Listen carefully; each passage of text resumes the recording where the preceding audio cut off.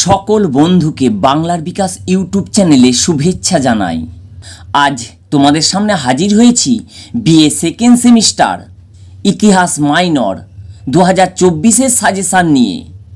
তোমাদের 5 নম্বরের উত্তর দিতে হবে 4টি, আমি সাজেশানে দিলাম 8টি, এবং 10 নম্বরের উত্তর দিতে হবে 2টি, আমি সাজেশানে দিলাম 4টি।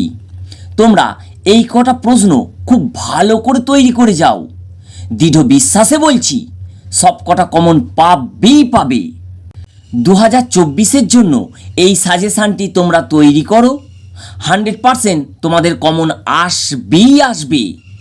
ইতিপূর্বে তোমরা দেখেছো ফার্স্ট সেমিস্টারে সব কটা কমন এসেছিল, প্রয়োজনে তোমরা প্রশ্নের সঙ্গে মিলিয়েও নিতে পারো।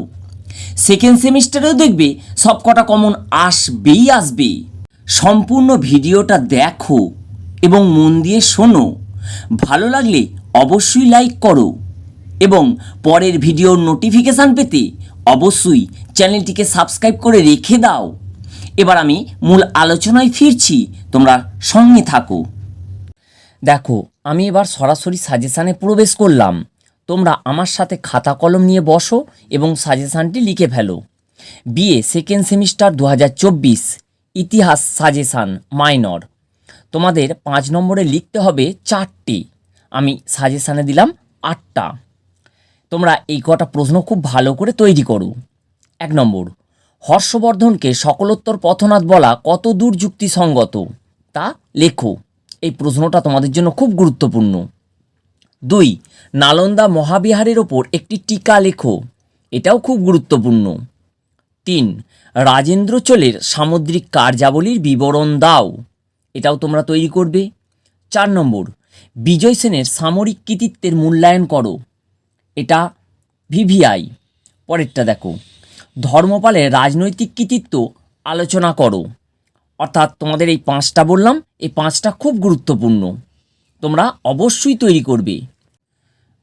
দেখো 6, সুলতান মাহমুদের ভারত অভিযানের উদ্দেশ্য ও ফলাফল লেখো, এটা খুব ইম্পর্টেন্ট। তারপর দেখো 7, ভারতে সুফি আন্দোলনের ওপর একটি টিকা লেখো, বা প্রশ্নটাকে এইভাবে দিতে পারে, ভারতে সুফি আন্দোলনের বৈশিষ্ট্যগুলি লেখো। তারপর দেখো 8 নম্বর, রাজপুত জাতির উৎপত্তির ইতিহাস সম্পর্কে সংক্ষেপে লেখো বা ইতিহাস সম্পর্কে আলোচনা করো। তাহলে এই 8টা প্রশ্ন তোমরা খুব ভালো করে তৈরি করো, তোমরা 4টে কমন পাবে। এরপর আমি 10 নম্বরের কোশ্চেনে আসছি। এইরূপ সাজেশান পেতে তোমাদের চ্যানেলটিকে সাবস্ক্রাইব করে রেখে দিতে হবে, কারণ একের পর এক সাজেশান তোমরা এইভাবে পেতে থাকবে। এবার আমি 10 নম্বরের কোশ্চেনে আসছি। 2024-এর পরীক্ষার জন্য সকলকে অনেক অনেক শুভেচ্ছা। দেখো, 10 নম্বরে তোমাদের লিখতে হবে 2টো, আমি সাজেশানে দিলাম 4টি। এই 4টে তোমরা খুব ভালো করে তৈরি করবে। 1, চালুক্যরাজ দ্বিতীয় পুলকেশীর কৃতিত্ব পর্যালোচনা করো। 2, তরাইনের প্রথম 2টি যুদ্ধের কারণ ও ফলাফল লেখো, বা এই কোশ্চেনটা এইভাবে দিতে পারে, তরাইনের যুদ্ধের কারণ ও ফলাফল লেখো, তোমরা দুটোই লিখবে।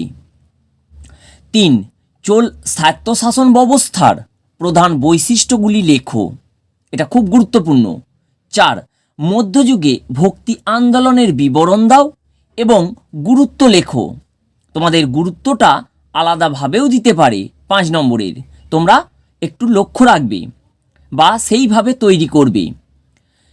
এই 4টে তোমরা খুব ভালো করে তৈরি করো, তোমরা সব কটা কমন পাবে। এখানেই সাজেশানটির পরিসমাপ্তি ঘটল। যারা চ্যানেলে নতুন তারা চ্যানেলটিকে সাবস্ক্রাইব করে রেখে দাও এবং পাশের বেল আইকনটিকে প্রেস করতে একেবারে ভুলো না। পরের ভিডিওর অপেক্ষায় থাকো। আজকের মতো এই পর্যন্ত, সকলে খুব ভালো থেকো, ধন্যবাদ।